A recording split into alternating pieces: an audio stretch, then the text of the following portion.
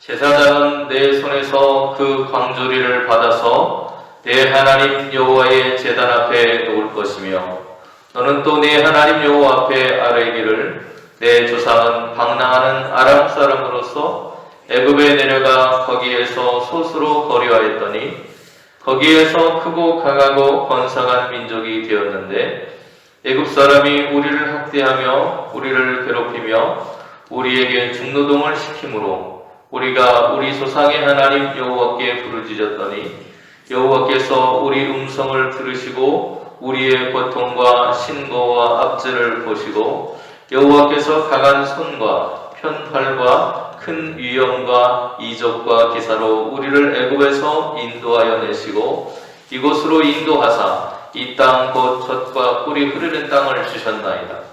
여호와여, 이제 내가 주께서 내게 주신 토지 소산의 만물을 가져왔나이다 하고 너는 그것을 내 하나님 여호와 앞에 두고 내 하나님 여호와 앞에 경배할 것이며 내 하나님 여호와께서 너와 내 집에 주신 모든 복으로 말미암아 너는 레위인과 너희 가운데 거류하는 객과 함께 즐거워할지니라. 셋째 해 곧 11조를 드리는 해에 내 모든 소산의 11조 내기를 마친 후에 그것을 레위인과 객과 고아와 과부에게 주어 내 서급 안에서 먹고 배부르게 하라. 그리할 때에 내 하나님 여호와 앞에 아뢰기를 내가 성물을 내 집에서 내어 레위인과 객과 고아와 과부에게 주기를 주께서 내게 명령하신 명령대로 하였사오니 내가 주의 명령을 범하지도 아니하였고 잊지도 아니하였나이다. 내가 애국하는 날에 이 성물을 먹지 아니하였고 부정한 몸으로 이를 떼어두지 아니하였고 죽은 자를 위하여 이를 쓰지 아니하였고 내 하나님 여호와의 말씀을 청종하여 주께서 내게 명령하신 대로 다 행하였사오니 원하건대 주의 거룩한 처소 하늘에서 보시고 주의 백성 이스라엘에게 복을 주시며 우리 조상들에게 맹세하여 우리에게 주신 젖과 꿀이 흐르는 땅에 복을 내리소서 할지니라.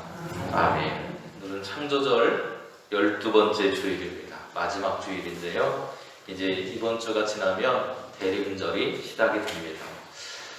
교회의 절기로 하면 한 해가 마무리되는 그런 시기라고 할 수 있습니다. 교회 우리가 지키고 있는 교회 절기는 11월 마지막 주, 11월 창조절 마지막 주일이 한 해가 마감되는 해입니다. 그것을 기억하시고 지난주에 저희들이 한 주를 앞당겨서 추수감사절도 지켰는데요. 야외 예배를 나가기 위해서 한 주를 당겼습니다. 오늘 좀 추울 것 같다는 그런 생각이 들어서 그렇게 했었는데요. 좋은 일기를 하나님께서 지난주에 허락해 주셔서 귀한 시간을 보낼 수 있었습니다. 그런데 좀 아쉬웠던 것은 조금 더 많은 분들이 함께 참여했으면 더 좋았겠다라고 하는 아쉬움이 남았습니다. 어찌되었건 협력해 주시고 함께 해주셨던 모든 성도님들께 감사드리고 혹 참여하지 못하셔서 아쉬웠던 분들은 또 저희가 준비하겠습니다. 또 좋은 시간 마련할 테니까요. 너무 아쉬워하지 마시고 또 기도하는 마음으로 또 함께 신앙생활 하면서 좋은 그런 시간들을 준비할 수 있었으면 좋겠습니다. 그런 모든 것들이 감사한 시간들이었고 또 슬픈 일도 당했죠. 우리 장로님 기도하신 것처럼 고 이용래 권사님의 장례식이 있었습니다. 나이가 적건 많건 누군가 사랑하는 사람을 잃는다라고 하는 그 슬픔을 우리는 견뎌낼 수 없을 것 같습니다. 참으로 슬픈 마음이 들고요. 슬픔을 당하신 우리 백학술 권사님 또 그 가정 위에 하나님의 위로하심이 늘 함께 하시기를 간절히 소망을 합니다. 그리고 장례에 참여해 주셨던 모든 성도님들께 감사를 드립니다. 참 희노애락을 함께 할 수 있는 믿음의 동역자로서 우리가 살아가고 있는데 그 동역자로서 이 자리에 계신 여러분 모두가 함께 할 수 있다라고 하는 것 또한 하나님께 감사를 드리고 이 시간 방송을 통해서 예배를 함께 드리시는 우리 성도님들에게도 동일한 은혜가 함께 하시기를 축원을 드립니다. 추수가 끝났는가 했더니요, 또 김장이 시작이 된 것 같습니다. 우리 권사님들 쉴 시간이 없습니다. 그렇죠? 추수 끝나서 이제 좀 쉴만하니까 또 이제 김장을 해야 돼서 김장으로 수고하시는 우리 권사님들의 모습인 것 같습니다. 김장하는 모든 시간 동안 하나님께서 건강으로 지켜주시고 또 우리 권사님들이 담그신 그 만난 김장을 통해서 올 겨울도 가정의 웃음꽃이 그리고 건강이 함께 하시기를 축원을 드립니다. 오늘 말씀 속에서 들려주실 하나님의 은혜도 우리가 함께 소망하면서 시간 함께 말씀의 은혜를 나눌 수 있기를 간절히 바랍니다. 말씀을 읽으면서 감사 역시도 우리의 믿음의 행위라고 하는 것을 알게 되었습니다. 따라해 볼까요? 감사는 믿음의 행위다. 감사는 우리가 생각하는 것이 아니고 믿음의 행위라는 것을 알게 되었어요. 먼저는 하나님을 향해서 우리의 감사를 드려야 되고 또 그 감사를 경험한 오늘 우리의 모습을 통해서 우리의 이웃들과 함께 그 감사를 나누는 이웃사랑의 모습이 우리의 삶 속에 드러날 때 진정한 감사가 될 수 있고 진정한 믿음의 행위가 될 수 있다는 것을 이번 설교를 준비하면서 깨닫게 되었습니다. 감사하기 위해서는 우리에게 주셨던 하나님의 은혜를 기억해야만 합니다. 그 은혜를 기억한 사람만이 하나님을 향해서 감사할 수 있습니다. 영어에서 감사라는 말은 땡크라고 하는 그런 말인데요. 이 땡크라고 하는 말과 어원이 같은 말이 있어요. 그 말이 무슨 말이냐면 think라고 하는 생각한다는 것입니다. 감사란 다시 말하면 우리에게 주어진 것들에 대해서 생각해보는 시간이에요. 하나님께서 주셨던 은혜와 사랑, 하나님께서 내 삶을 통해서 보여주셨던 것들에 대해서 생각해보는 것입니다. 하나님은 올 한 해 나에게 무엇을 해주셨을까? 또한 나는 어떤 은혜를 받고 올 한 해를 살았을까? 그것을 생각하노라면 우리의 입에서 저절로 나오고 우리의 삶으로 하나님을 향할 수밖에 없다라는 생각이 들었습니다. 그런데 감사는 무엇으로부터 시작되는가? 오늘 본문을 보니까요. 과거에 하나님께서 아브라함을 통해서 가나안 땅을 아브라함과 그의 자손들에게 주시겠다 약속하셨습니다. 창세기에 보면 하나님께서 아브라함을 부르시면서 12장에서 그의 자손들의 이름이 땅에 퍼지게 하고 자손들이 많아지게 하고 또 그들을 통해서 또 사람들이 복받는 인생으로 살아갈 수 있는 복의 근원이 되게 하시겠다는 약속을 주십니다. 그런 약속을 하나님께서 허락하셨는데 그게 금방 이루어진 것이 아니고 400년이 넘는 시간 후에 그 약속이 이루어졌습니다. 400여 년의 애굽의 노예 생활을 마치고 모세를 통해서 그들을 인도하심으로 인해서 하나님과 그들이 했던 약속이 이루어지는가 했는데 또 40년을 기다려야 했어요. 그들이 하나님 앞에 하나님을 믿지 못하는 그 마음 때문에 광야에서 40년을 더 방랑한 후에 그 하나님의 약속이 이루어지게 되었습니다. 그러면 광야 40년, 애굽에서의 400년, 430년이라고 성경이 말하기도 합니다. 거의 500년 가까운 시간 후에 하나님의 약속이 이루어지는 것을 볼 수 있습니다. 하나님의 약속은 더디 올지는 모르겠지만 언젠가 반드시 이루어진다는 것을 알 수 있어요. 하나님께서 그들에게 주신 땅에 들어가서 그들이 농사를 짓습니다. 그리고 그들이 처음 수확을 거두게 되었습니다. 여러분, 이들이 얼마나 기뻤을까요? 자기의 땅도 채워나 없던 사람들, 오늘 본문에도 보면 그들의 모습을 이렇게 표현하고 있어요. 방랑자, 소수의 사람들, 이렇게 표현하고 있습니다. 여러분, 방랑자는 보호받지 못하는 사람들입니다. 누구도 그를 보호해주지 않습니다. 소수의 사람들도 역시도 마찬가지죠. 강자들이 소수의 사람들을 그대로 내버려 두지 않습니다. 그들의 힘으로 짓누르려고 하죠. 그들의 삶이 어땠을까를 그냥 보여주는 말이 방랑자라는 말과 소수였다라는 말로 우리가 짐작해 볼 수 있는 것입니다.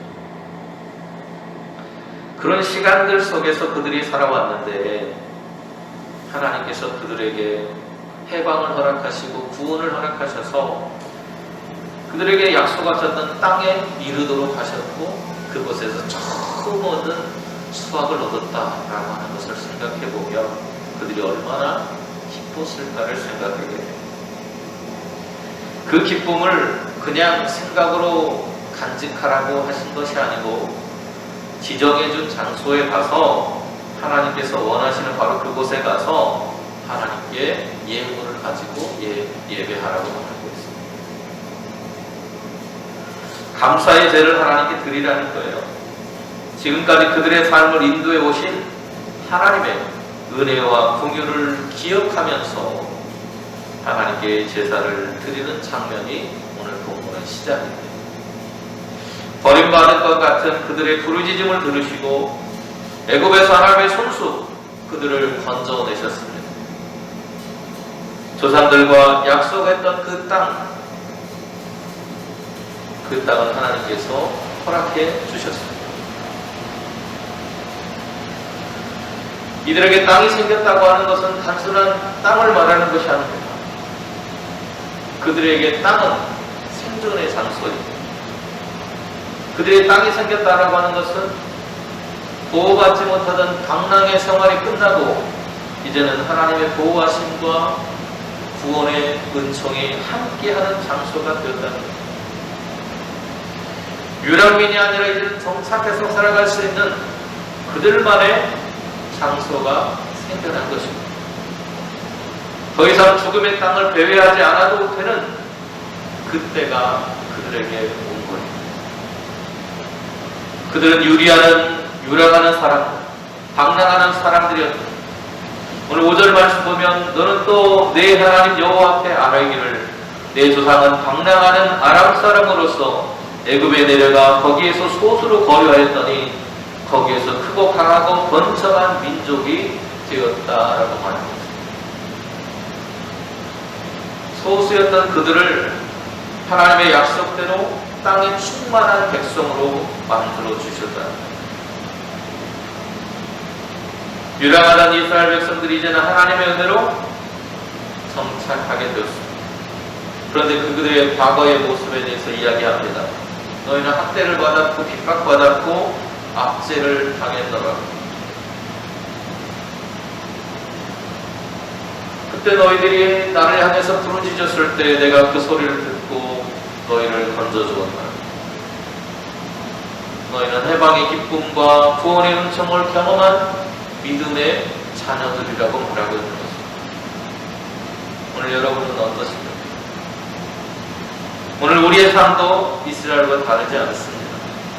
죄와 사망 가운데 허덕이던 우리들을 하나님께서는 사랑해 주셨고 우리를 하나님의 백성으로 삼아주셨습니다.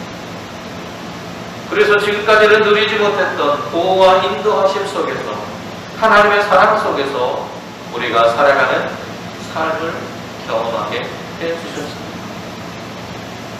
그것을 생각하는 것 그리고 그것을 표현하는 것이 감사입니다. 오늘 여러분의 삶에도 이런 감사가 늘 함께 하시기를 소원합니다. 하나님의 은혜를 통해서 해방된 이스라엘과 같이 하나님의 은혜를 경험하고 하나님께서 자신의 주인 되심을 고백하고 살아가는 사람들을 우리는 신앙인이라는 이름으로 부릅니다. 하나님의 백성이라고도 부릅니다. 우리가 신앙인으로 하나님의 백성으로 살아간다라고 하는 것은 우리에게 구원의 은총, 은혜를 베풀어 주시는 어떤 분이 계시다는 것을 전제하고 있습니다. 오늘 신명기 26장 8절과 10절에서는 그 하나님에 대해서 이렇게 이야기합니다.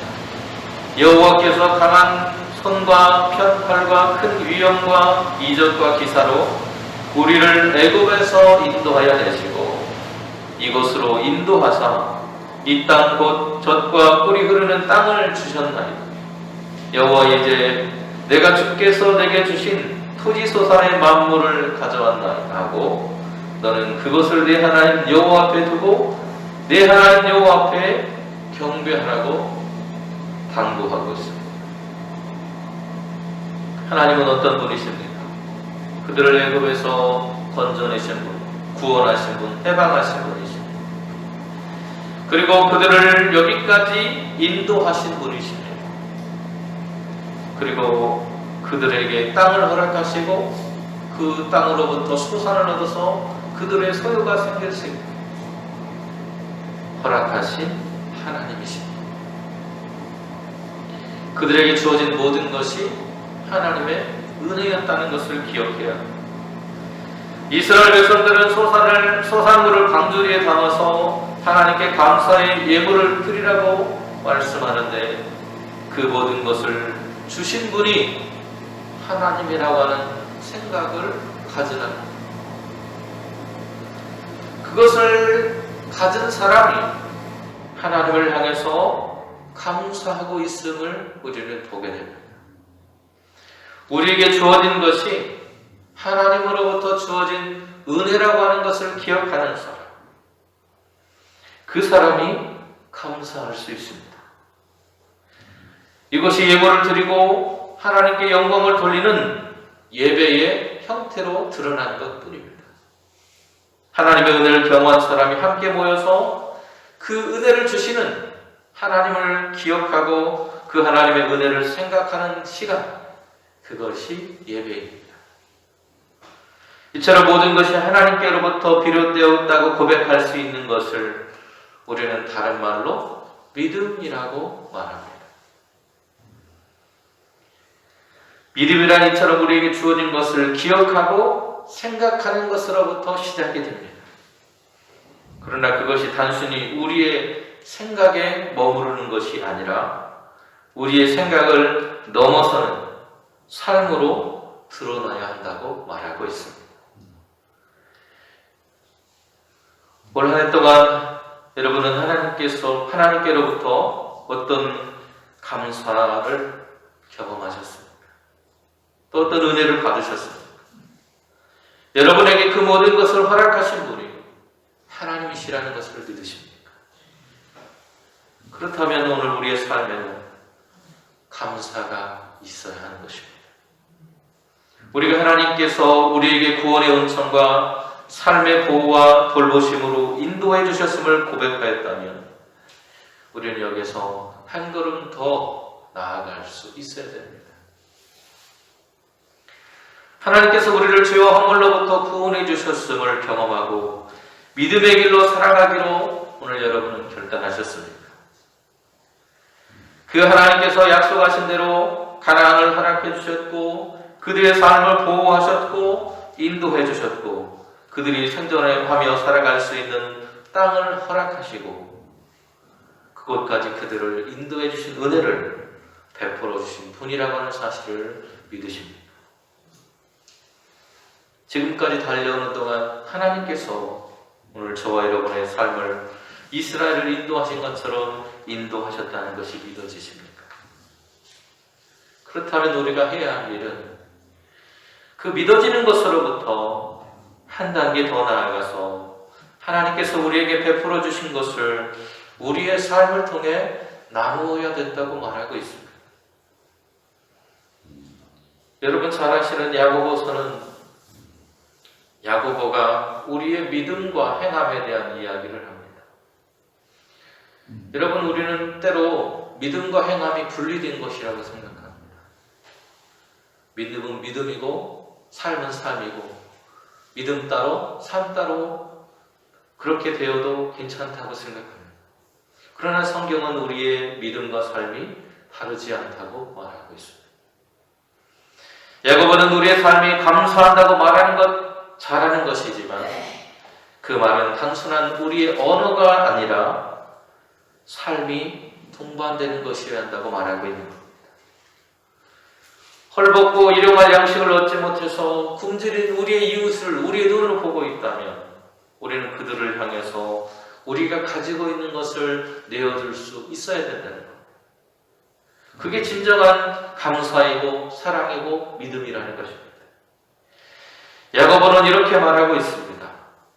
너희 중에 누구든지 그에게 이르되 평안히 가라, 덥게 하라, 배부르게 하라 하며 그 몸에 쓸 것을 주지 않으면 무슨 유익이 있으리요. 여러분 지금 배고픈 아이에게 이 말을 해보라고 해보십시오. 야, 너 평안히 가라, 덥게 해라, 배불러라. 아무리 말해도 그 말이 아이의 귀 속에 들릴까요? 안 들릴까요? 안 들립니다. 그 아이에게 필요한 것은 지금 입속에 집어넣을 수 있는 단 한 모금의 물, 단 한 줌의 빵, 그것이 그 아이에게는 복음일 것입니다. 그것이 그 아이에게는 사랑일 것입니다. 여러분, 야고보는 그 이야기를 하고 있는 거예요. 그것이 없다면 우리의 믿음은 거짓된 것이라고 말하는 것입니다. 죽었다는 것은 바로 그런 뜻입니다. 감사로 대변해 본다면 그런 감사는 죽은 감사라고 말하는 것입니다. 그리고 야고보는 믿음이 있다면 그것을 보여달라고 말합니다. 누구나 사람은 자기 나름의 그런 믿음을 가지고 있습니다. 그래서 야고보 2장 18절에서도 이렇게 말하죠. 어떤 사람은 말하기를 너는 믿음이 있고 나는 행함이 있으니 행함이 없는 내 믿음을 내게 보이라. 나는 행함으로 내게 믿음을 내게 보이리라 하리라. 어떤 사람은 믿으면 된다고 생각하고 어떤 사람은 행동하면 된다고 생각합니다. 그러나 이 행동과 믿음은 같은 것입니다. 다른 것이 아니에요. 생각이 있으면 행동이 나갑니다. 우리에게 하나님께서 복과 은혜를 베풀어 주셨다는 것을 우리가 고백할 수 있다면, 우리의 입으로 고백하고 있다면 우리는 우리에게 주어진 것들을 하나님께 감사하게 될 것입니다. 아, 하나님께서 이것을 주셨구나. 하나님께서 오늘도 나에게 건강을 주셨고 하나님께서 이 자리에 올 수 있는 환경을 허락해 주셨고 우리에게 하나님께서 모든 것들을 주셨다는 것을 고백할 수 있다는 거예요. 그리고 그렇게 해야 한다는 것입니다. 그러나 거기에 머무르는 것이 아니고 그 감사가 한 걸음 더 나아간다는 것입니다. 그것은 우리만의 마음속에 담아둘 것들이 아니라 함께 누리고 나누어야 될 거라고 말하고 있습니다. 감사절 또 감사라고 하는 삶은 우리들만의 축제가 되어서는 안 됩니다. 복음도 마찬가지입니다. 복음은 나만 그 복음을 알면 끝나는 것이 아니라 그 복음을 함께 나누는 것이 중요합니다. 우리만의 축제가 아니라 함께하는 축제가 되어야 한다고 오늘 신명기서는 이야기하고 있습니다. 11절 말씀에 내 하나님 여호와께서 너와 내 집에 주신 모든 복으로 말미암아 너는 레위인과 너희 가운데 거류하는 객과 함께 즐거워하라. 누구와 함께요? 이웃과 함께. 쉬운 말로 하면 이웃과 함께입니다. 레위인과 거류하는 객, 이 사람들은 당시에 최하층에 있는 사람들이에요. 자신의 힘으로 무엇인가를 얻을 수 없는 사람들입니다. 또 그 당시에 가장 사회적인 약자인 사람들에 대해서 그 뒤에도 10절에서도 이야기를 하는데요. 뭐라고 말합니까? 객과 레위인과 객과 고아와 과부 이렇게 표현하고 있습니다. 당시에 돌봄이 필요한 사람들, 도움이 필요한 사람들, 자기의 소유와 재산을 소유하지 못한 사람들, 누군가의 도움이 없이는 살아가기 힘겨웠던 사람들을 이렇게 표현하고 있습니다. 누군가 보호해주고 지켜줘야 되고 돌봐줘야 될 사람들을 레위인, 객, 고아, 과부로 표현하고 있습니다. 복음서인 마태복음에서도 양과 염소의 비유를 통해서 말씀하십니다.